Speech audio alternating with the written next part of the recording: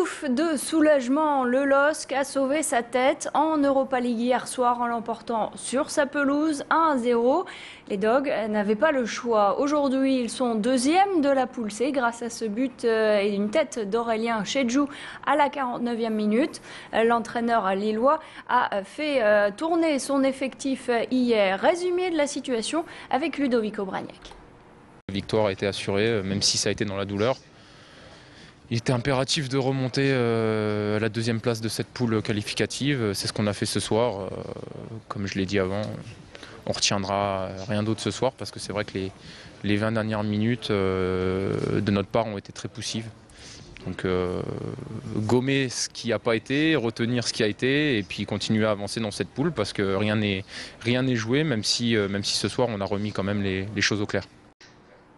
Et pour la suite de la compétition, le Sporting Portugal est grand favori et premier avec 9 points.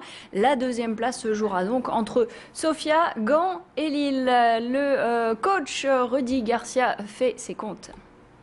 On va savourer ce soir les 3 points parce que c'est l'objectif qu'on s'était fixé. On a réussi dans notre entreprise, donc ça c'est important. Mais oui, vous avez raison, dès demain on va se concentrer sur le gros match de dimanche. Et puis comme je le disais, j'espère qu'on aura retenu les leçons de notre match à Lyon dimanche dernier et puis qu'on va au moins pouvoir défendre nos chances pour envisager un très bon résultat contre Marseille. Effectivement, un prochain match pour les Dogs et pas des moindres, c'est en championnat contre l'OM dimanche soir. Et puis à noter que si vous voulez voir ou revoir Lille-Sofia, c'est ce soir sur notre antenne à partir de 21h. D'après le quotidien Nord-Éclair, des heurts ont éclaté avant le match dans le centre-ville de Lille entre supporters lillois et supporters bulgares. Dernière ligne droite aujourd'hui au Sénat dans le vote du texte de la réforme des retraites et sur le terrain, la pression ne descend pas. Ce vendredi, les manifestants bloquent le Mine de l'Homme, le marché d'intérêt national. Parallèlement, une opération escargot a lieu sur l'autoroute A22 entre Requenne et Falampin et sur l'autoroute A1 à partir d'Arras et en direction de Falampin où les deux cortèges se rejoignent. Hier, entre 750 chiffres police et plus de 2000 chiffres de l'UNEF, personnes étaient dans la rue, principalement des étudiants et lycéens. Globalement, une manifestation qui s'est tenue dans le calme. Les étudiants plus nombreux que les précédents jours. À Lille 3, ils ont voté le blocage de l'université pour la journée de jeudi. Blocage levé ce vendredi à une très large majorité. Les étudiants de Lille 1, Lille 2, voire de Sciences Po ont également rejoint le mouvement. Il y aura des dates qui seront appelées par les salariés, apparemment des dates de mobilisation qui vont tomber pendant les vacances, pour lesquelles nous on appellera bien sûr l'ensemble des jeunes, les centaines de gens qui ont laissé des contacts, qui ont signé des pétitions, qui sont mobilisés à descendre dans la rue là où ils seront. Donc si c'est avec leur famille, ce sera avec leur famille, mais en tout cas que les gens continuent à se mobiliser, montrer qu'il n'y a pas de vacances pour la mobilisation. Ça c'est la première étape. Et puis après, pourquoi est-ce qu'on n'a pas continué le blocage? C'est tout simplement parce que c'est pas une fin en soi, ça amuse personne de bloquer l'université, ça amuse personne de rater des cours. Mais aujourd'hui, c'était important pour faire un véritable électrochoc, faire prendre conscience aux étudiants des gens de la réforme. Mais encore une fois, au vu des votes qu'il y a eu à Lille 3, c'est une vraie réussite. Et l'intersyndicale a donné les dates des prochaines mobilisations. Il s'agit du jeudi prochain, veille de l'adoption du projet de loi, et du samedi 6 novembre avant la promulgation par Nicolas Sarkozy. Les prévisions de trafic à la SNCF, le nombre de liaisons augmente sensiblement, surtout aux heures de pointe.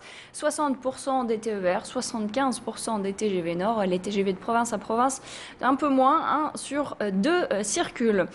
Transpol suspend encore aujourd'hui la desserte du terminus du tramway à Roubaix. Les rames s'arrête à la station Bolder suite à des faits d'ambiance, nous indique la compagnie. Les salariés de la Redoute maintiennent la pression avec une nouvelle action hier matin sur le site de Wattrelos. Ils protestent depuis plusieurs semaines contre le transfert de 220 postes de la maison mère à la filiale Diam, synonyme de perte de salaire. On écoute le délégué CGT joint par téléphone. Ce qui a été décidé par les salariés, c'est d'accélérer le rythme. On avait à peu près 2 actions par semaine avec des défilés dans les ateliers. On est allé sur Roubaix, on est allé sur les différents sites de la Redoute. Aujourd'hui, on a un peu mis la vitesse supérieure. On a perturbé complètement l'activité de la Martinoire jusque midi. On est resté dans une des gares des ramassages. Et le fait qu'on soit sur ce secteur-là a, sinon bloqué, du moins perturbé considérablement l'activité de l'entreprise pendant plusieurs heures. Et si la Redoute restait sur sa logique de passer en force et de ne pas vouloir apporter les garanties suffisantes, il est clair qu'on multiplierait ce genre d'action. Une pensée pour Hervé Guéguerre et Stéphane Taponnier ainsi que leurs 3 accompagnateurs retenus depuis 297 jours en Afghanistan. Après près de 10 mois, leurs portraits vont être accrochés sur la façade du siège de région ce matin à 11h. Avant ce soir, un concert gratuit au Nouveau Siècle au programme Jeff Kino, dont on a slamé sur la Lune, le quintet Swinging Partout et Gilles Defac du Prato. À l'initiative de cette soirée, le club de la presse dont on écoute son président. Vous savez, les talibans détestent la musique. Ils voulaient même empêcher les oiseaux de chanter à une certaine époque. Eh bien là, nous allons pas chanter. Moi, je ne vais pas chanter. Mais il y aura beaucoup de musique, du jazz, du rock, un peu de comédie. Il ne s'agit pas de faire une soirée triste. Il s'agit de produire une soirée de soutien, mais aussi pleine d'espoir. Et montrant qu'on ne doit pas craindre ces empêcheurs d'informer en rond. Et à noter que pour cette soirée, donc ce soir au Nouveau Siècle à Lille, l'entrée est gratuite mais sur réservation. Il suffit pour cela d'appeler le club de la presse. Je vous donne le numéro, le 03 28 38 98 48. Le 03 28 38 98 48. C'est à 19h ce soir. C'est la fin de ce flash. À tout de suite pour la météo.